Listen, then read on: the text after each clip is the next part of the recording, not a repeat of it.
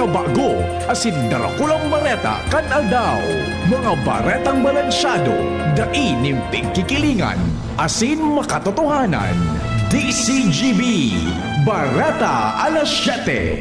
Mga preskong bareta sa lado lokal, nasyonal, internasyonal, asin iba pa. Bareta alas 7. Digdi sa GB, garantisadong bareta. Mga tugang aldaw yan na Miyerkules, sa 12 kan Agosto. Kami po sa inyong magiging tagapagbareta. Ako po si Henry M., ang lalaking hindi inuumaga. Kasabay niya to si Jasmine Baloloy. Good morning, Jasmine. Good morning, VP Henry. Asin sa satuyang mga paraan tabo. Headlines kan mga bareta sa lado lokal.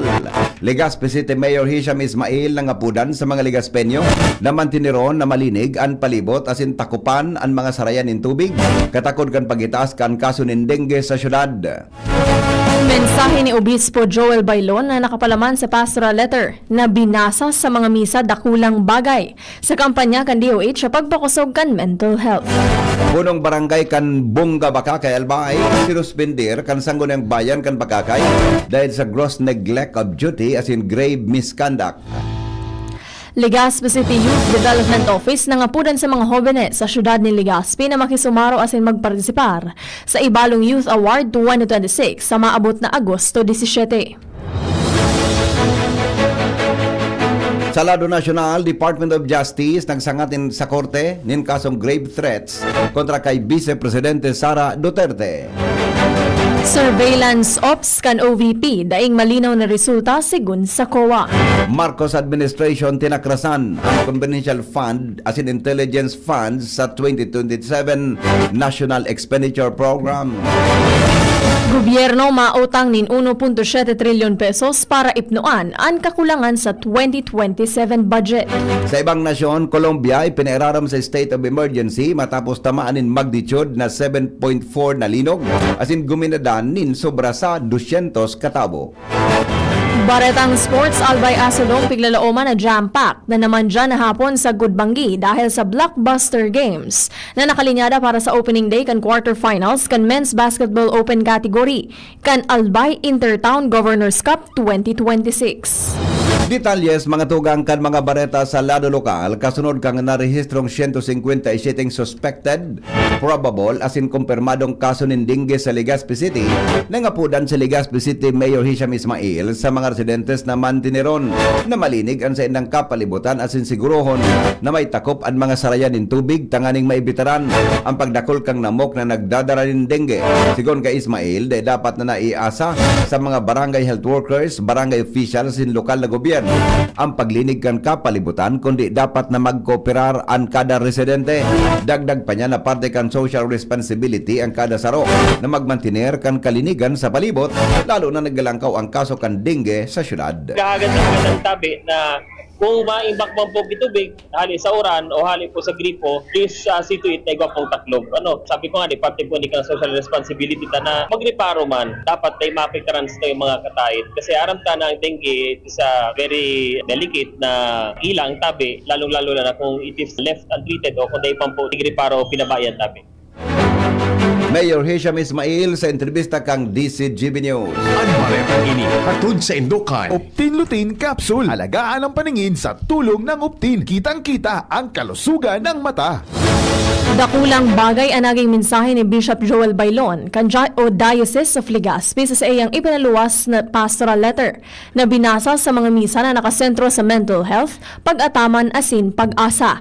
Ini ang pinaghiras ni Department of Health, Bicol Center for Health Development o DOH, Bicol CHD Mental Health Program Coordinator Windalin Baluis sa DCGB News sa pagsasabing ang mensahe kan obispo bako sa napangapudan sa gobyerno kundi sa gabos na magkaigwanin pagkaherak asin magtaonin suporta sa kada saro. Sinabi pa ng opisyal na katakod kan mensahe padagos ang DOH Bicol sa pagpapautob nin Lusog Isip Program para sa mga nangangaipuhan in counseling asin iba pang serbisyo para sa mental health. Tinawaduon man niya na dakulang bagay na pangatamanan kan kada individual ang sadiring salud pati na ang pagkakaigwanin coping mechanism pagsabot asin pagkaherak sa kapwa. I watched that and I really love the message of this young, especially calling the action of everyone, not only about government. That was actually a call for action for everyone to take care of yourself.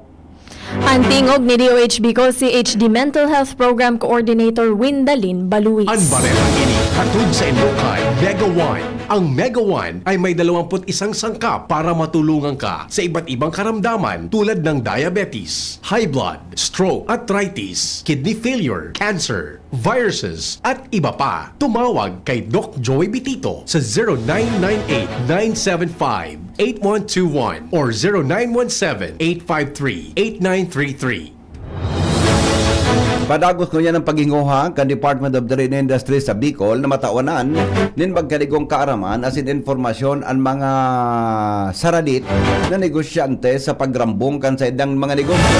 Sa entrevista kan DCGB News kay DTI Bicol Regional Director Dindo Nabol, sa iyang sinabi na inian sa indang mayor na katuyuhan sa ipinag-organisar na Small Enterprises Acceleration Lab Business Education and Growth Initiative for Nano Entrepreneurs na pigpapartisiparan kang 55 nano entrepreneurs hali sa probinsya kan Albay. Sinabi ni Nabol na yaon ang sa indang espersos sa pag-insistir sa mga saradit na negosyante para maenganyar ang mga ini na padagos o naipadagos ang sa indang negosyo sa good na makadakula asin magkiranin dakol na trabaho asin oportunidad. Katuwang kan DTI sa aktibidad ang BPI Foundation asin iba pang mga partner agencies. Sa arag po kayo ng mga nano enterprises, nano entrepreneurs na nagtipo ng tapungo niyan. Nagpupuon pa lang po kami sa DTI sa pagi kayo ng 55 na nano entrepreneurs. Mapadagos po kami and day po dyan matapos ang sa mong asistensya. Padagos po ini hanggang makaabot sinda duman sa level na pigaputang medium. Hopefully, padagos po ang assistance ng DTI be sa marketing, sa product development, sa organization development, hanggang sa finance. Director Dindo Nabol kan Department of Trade and Industry. Sa katakod na bareta, nagpahayag ng suporta si Legazpi City Mayor Hisham Ismail sa ipinag-organisar kan DTI Bicol na Small Enterprises Acceleration Lab Business Education and Growth Initiative for Nano Entrepreneurs na pigpartisiparan kan 55 nano entrepreneurs hali sa probinsya kan Albay. Sigon kay Mayor Ismail, nakakatabang ang siring na programa sa pagpapakusog kan pundasyon kan pagninegosyo. Apera kay nakakatabang man ini sa pagriar nin trabaho asin kabuhayan para sa mga Legaspenyo. Katakod kay ini piginganyar kan alkalde ang mga saradit na negosyante na daipagsayangon ang pagkakataon na ipinagtaon na programa kan DTI dahil dakulang tabang ini para mas mapagtibay asin maparambong ang negosyo. 30 pribadong kwarto sa bagong edifisyo kan Siga. 30 panibagong kwarto sa bagong edifisyo kan Siga Memorial Hospital sa Tabaco City ang nakatalaan na buksan kasabay kan pagpapotob nin major repair sa emergency rooms sigon kay Albay Governor Noel Rosal. Sa sayang anunsyo matapos ang ginibong inspection, nahiling kan mga opisyal ang kaipuhan na irahayon sa nagkaperang comfort rooms kan mga ward mantang ipigpapadagos ang paglinig asin tulos na mapakarahay ang prioridad na pasilidad sa tabang kan Provincial Engineering Office. Dagdag pa kan gobernador na pigahalat naman ang mga kagamitan para sa intensive care unit na pigalauman na magiging abilable bago matapos ang Disyembre 2026.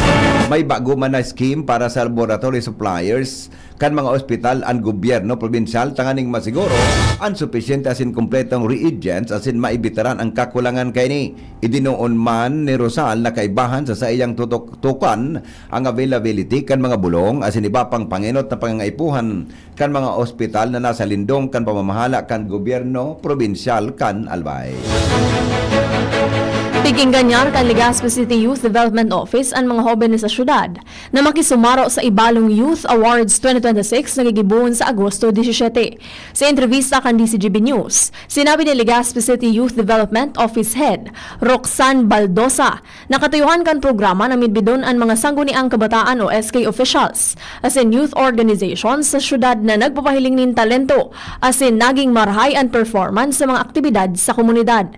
Sinabi ni Baldosa na isosyo showcase mandigdi ang mga programang narealisar sa mga barangay sa paayikan youth sectors. Para kaini igwamanin kanya-kanyang aktibidad para sa Linggo ng Kabataan ang mga barangay. Sa mga susunod po na araw, 13 to 16 po kitang mga SK-led sa District Linggo ng Kabataan Center. So kung naman po kaya kitang Legazpi, kitang Albay, Old Albay, Southern and Northern na celebrations ng Linggo ng Kabataan. Ang tingog ni Legazpi Youth Development Office Head Roxanne Baldosa. Mga tugang 6 na bulan ang suspension ang kakampangon ni punong barangay Jody Bigol kan barangay Bunga Bakakay Albay matapos siyang mapatunayan na guilty sa gross neglect of duty as in grave misconduct kan sanggunang bayan kan Bakakay. Sa eksklusibong desisyon na nakuha kan DCGB News, nakasentro ang administratibong kaso sa mga alegasyon na nagpalyar na magkapag-aproba ng pondo para sa fiscal year 2023-2024 as in 2025. Bako otorisadong paggastos ng pondo kan barangay, pagpalyar sa pagpreparan and asin pagsumito ng kinakaipo na financial report, pagpalyar na ma-account ang mga kolektang revenue kan barangay, asin bako personal na pagmanihar kan mga dai pagkakasinarabutan na sakop kan katarungang pambarangay. Mientras tanto, pinahimuti kan manibigol ang sa iyang verified answer ang mga aligasyon asin idinuon ang reklamo vexatious asin mabutyang iharas matapos ang pagdangog asin investigasyon sa mga testimonya kan mga testigo asin dokumentong inihampang kan mga nagreklamo. Nagpaluwas man ang sanggunang bayan ng desisyon na guilty sa duwang administrative offense ni Bigol, mantang ang ibang issue dai pa tinukar dahil sa kakulangan ng substantial evidence. Sa ngunyang padagos pang ang DCGB nakipag-coordinar sa sinabi ng opisyal, alaga dai pa nagsimbag sa mga text sa sinapod DCGB News Team. Tinaawan ng linaw kan Department of Public Works and Highways o DPWH Bicol na daiini nagahagad, nagtitipon o nagre-resibi ng donasyon para sa pamilya ni na Christy Bunafe. Asin kan sa iyang agom na si Edgar Deo Bunafe may koneksyon sa nangyaring vehicular incident sa Del Gallego, Camarines Sur kan Hulyo 29, 2026. Sa abiso kan ahensya, daiman nin sinugo o tinaawanin permiso ang DPWH o si isay man na persona, grupo o organisasyon na magkolekta nin fondo sa pangaran kan DPWH Bicol.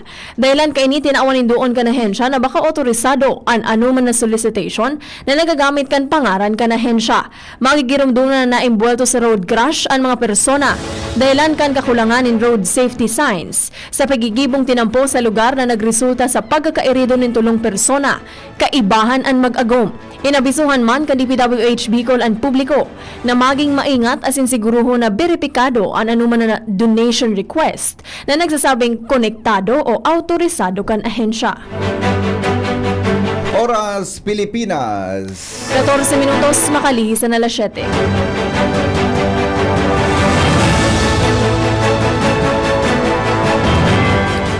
Ipig-anunsyo ni Albay Governor Noel Rosal na bubuksan na ang bagong edifisyo kan Dr. Lorenzo Ziga Memorial District Hospital sa Tabaco City na kumpuesto ng 30 private rooms.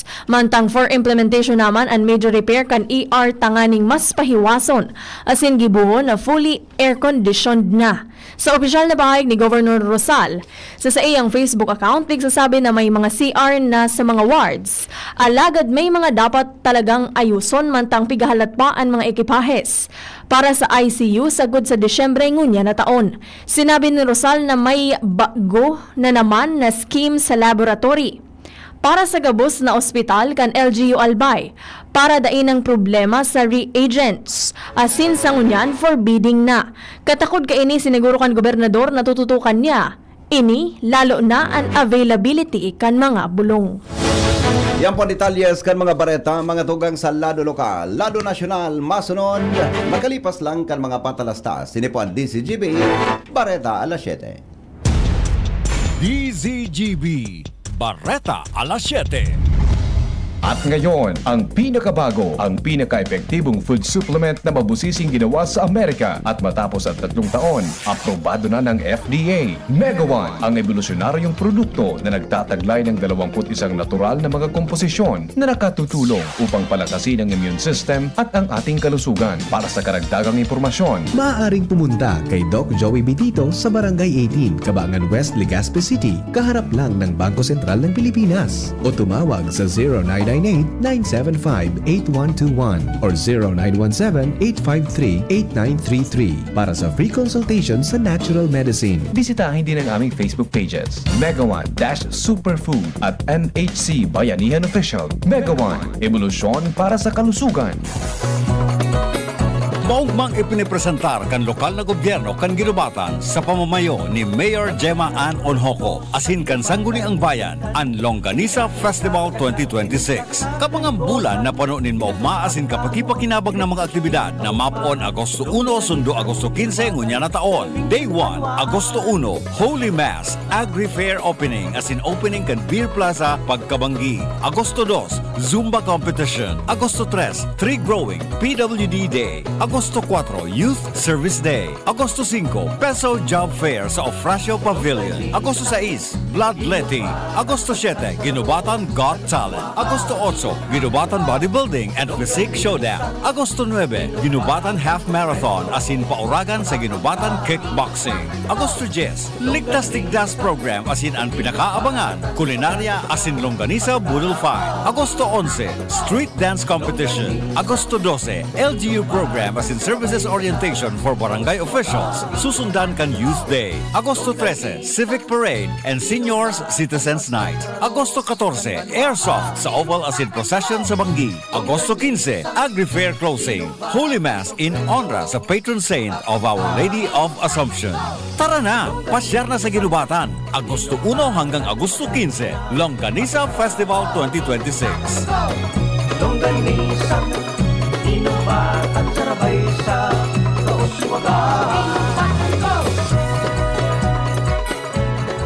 Pag tayo may sakit, gusto nating gumaling agad.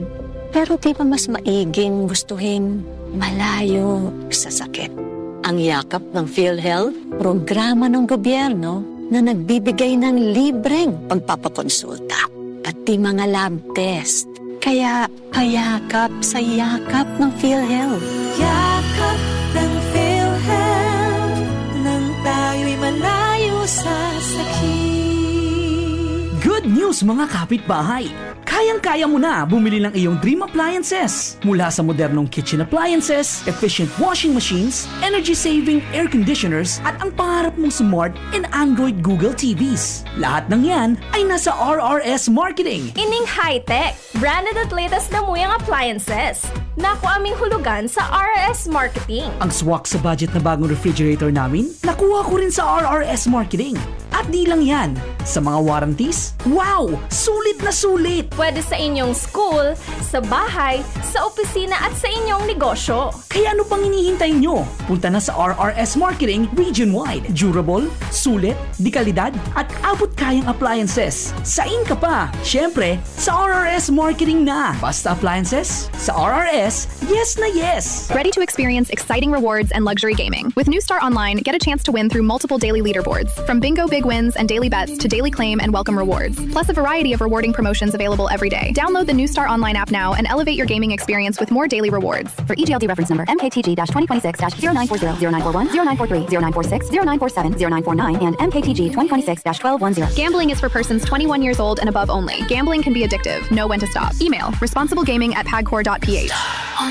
Discover the beauty of playing brightly with New Star Online. Luxury entertainment now in your hands. Gambling is for 21 years old and above only. Gambling can be addictive. Know when to stop. Email at responsiblegaming@pagcor.ph. Tara na, sabay ka na. Tara na, saan ka ba pupunta? Maraming mabibili sa presyong abot kaya. Huwag magalinlangan, huwag mag-isip. Shopping need not be expensive. Yashano, Yashano Mall. Yashano Mall.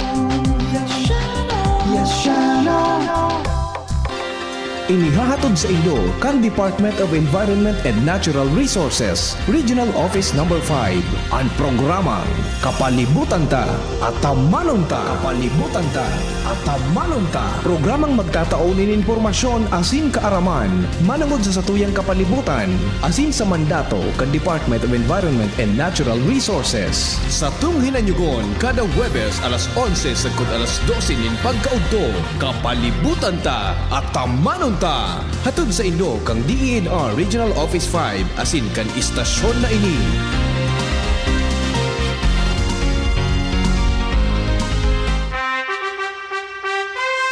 Attention! Attention! Mga paraantabay, may marhay na bareta! Ang DZGB nasa cellphone na!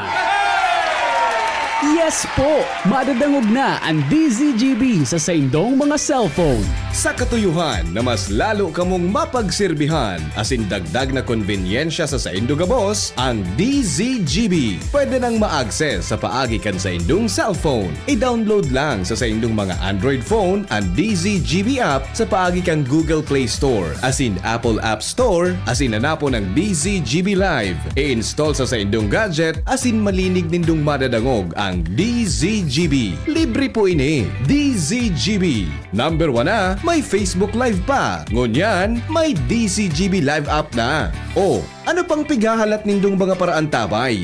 Download na! DZGB Bareta alas 7.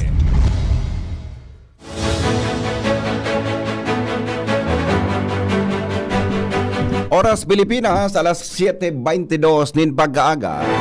Padagos kita ngunyan sa mga darakula niya tong bareta sa Lado Loka Nacional. Kinumpirmar po kan Department of Justice na o DOJ na nagsangat sina nin reklamong grave threats kontra kay Vice Presidente Sara Duterte. Sigon kay DOJ spokesperson Polo Martinez, isinumiter ang reklamo sa Office of the Clerk of Court sa Quezon City Regional Trial Court. Alauna imedyanin hapon kasudma. Katakod ini kan pagkasabing pagkontrata kan Vice sa sarong asasin para ipagadan sinda Vice Presidente Bongbong Marcos, Primera Dama Lisa Marcos asin dating House Speaker Martin Romualdez kapag nagadan siya. Mientras tanto, sinabi man ni abogado kan abogado ni BP Sara na sa Attorney Paul Lawrence Lim na posibleng dai ma-prosecute ang Vice Presidente dahil sa alegadong opensa na subject man ngunyan sa impeachment case. Siriman gigibuhon kan sa inang kampo ang gabos na available legal remedies sa tamang panahon.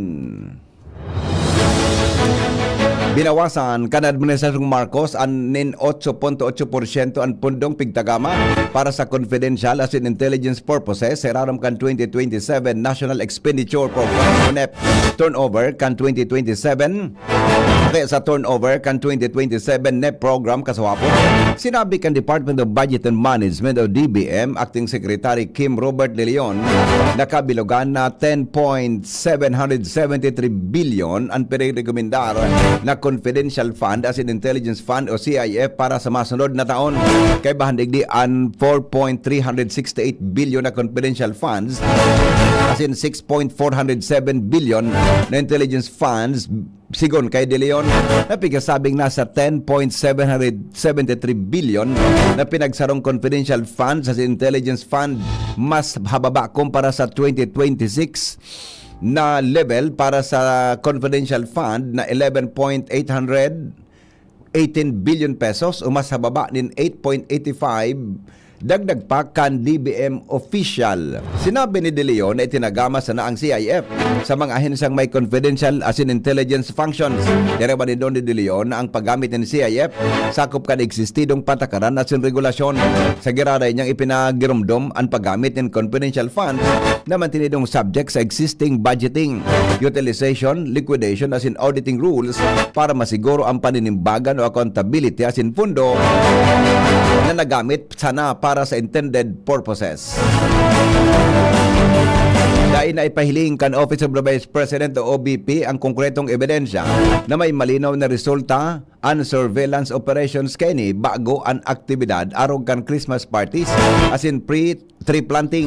Inan sinabi ni Zailin May del Ocampo kan Commission on Audit, Intelligence, Confidential Fund Audit Office kan COA nagapadagos sa impeachment trial ni Vice Presidente Sara Duterte. Sinabi ni Del Ocampo na daing nangyaring untoward incident o maraot na insidente mantang pigigibo ang pigasabing surveillance operation as in wara man intinao na iba pang detalye kung ano talaga ang naging resulta kan sa indang operasyon. Sa paghapot ni House Private Prosecutor Attorney Lorna Capunan, sinabi ni Del Campo na base sa evaluation ninda, din ay pahiling kung anong particular na accomplishment na nagpapatunay na kaipuhan bayadan ng rewards. Daiman na hiling sa mga naisumiter na dokumento ang probable threats as in kung ano ang naging successful result as in kung may nadakop na NPA. Sinabi niyang ang mga ini ang pigahanap ninang supports, payment o reward.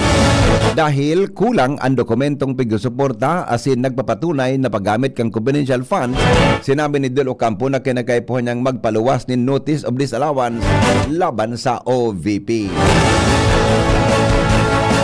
Pinagkakarkulong mapakol sa 1.7 trillion peso ang utangon kan gobyerno sa masunod na taon para mahipnuan ang pigalaom na nakakulangan kainin sa pundo sa turnover kan 2027 National Expenditure Program o NEP kasuhapon. Sinabi ni Acting Budget Secretary Kim Robert De Leon na inaprobaran kan gobyerno ang kabilugan na 7.2 trillion pesos na budget para sa masunod na taon.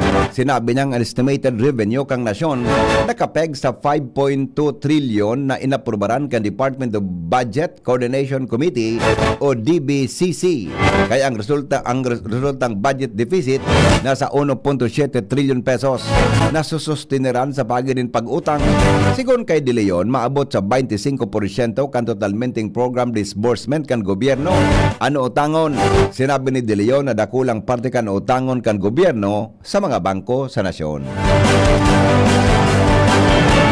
Pareta sa ibang nasyon na sin sports, ali po kay Nicole Gloriani. Good morning, Nicole. Morning VP, good morning sa mga paraantabay. Nagdeklarar ng state of emergency ang Colombia matapos tumama ang makusugo na linog na guminadan nin maabot sa sobra 200 katawo na kadanyar nin sobra 1,500 na edipisyo asin nagwalat nin daing mabilang na numero nin mga tawo na nalubong sa irarom kan mga narunot na gapo asin semento. Luminugyog ang 7.4 magnitude quake sa nagkaperang syudad sa coffee producing region asin Pacific Coast sa Colombia na nagbusol sa mga takot na residente sa mga tinampo. Naparalisar ang trapiko mantang ang mga tawo habunang magbrelto sa indang harong dahil sa pagkatakot sa aftershock. Matapos magdeklarar ng state of emergency, nangako si Presidente Abelardo de la Espriella na tulong aldaw pa sa nagminasumpa sa pwesto na masulong ang Colombia nin sabay-sabay na pagbangon gikan sa kalamidad. Sa lado kan Karawato Sports, matindi ang tampok ng mga laban sa opening day kan quarterfinals kan Men's Basketball Open category kan Albay Intertown Governors Cup. Nagigibuon sa Albay Astrodome pon alas 5:30 nin pagkahapon sa kod alas 10 nin Banggi. Dahil digdila umana ang pagsupay kan mga basketball aficionado sa Albay Astrodome para suportahan ang kanya-kanyang team. Sa Game 1, Ligao Knights versus United Uwas ang maglalaban. Sa Game 2, pigaabangan man ang laban kan Tabaco City Rising kontra Team Daraga. Asin ang third game, ang blockbuster na laban kan Bagong Legazpi kontra Pulangi Red Hunters. Sigun sa impormasyon na nakalap kan DZGB News, maglalaban sa single round robin ang 8 team na nakalusot sa elimination round. Iyan ang detalyas kan barata sa lado kan ibang nasyon asin sports. Ako po si Nicole Ann Gloriana. Pag-asa sa kabugtakan kampanahon, kasabay po si Jaime Bordales.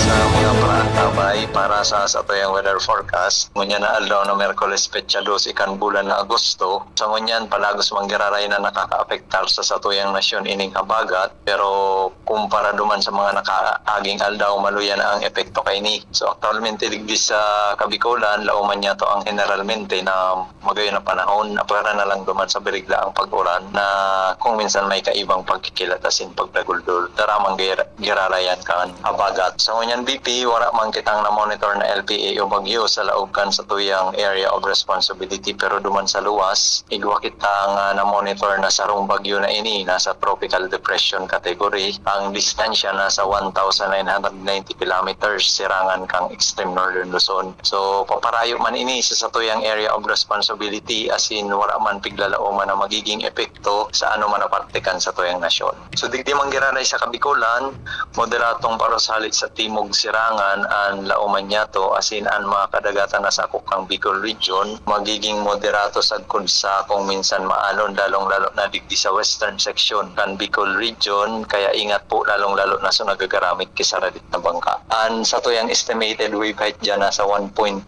sundong 3.1 meters. And sa tuyang temperatura sa bilog na maghapon, pinakahababa na sa 26 degrees Celsius. Pinakahalangkaw posibleng umabot sundong 33 degrees Celsius. And aldaw bi pinagsira ngayon kasubagong alas 5:32 in aga asin masulnok at siya nabanggi alas 6:07 nin pagkabanggi. So yan BP sa tuyang update para sa kamuktakan kan sa tuyang panahon. Haliko digdi sa Pag-asa Dios de Legazpi ay may Bordales po sa liwat manahin na aga.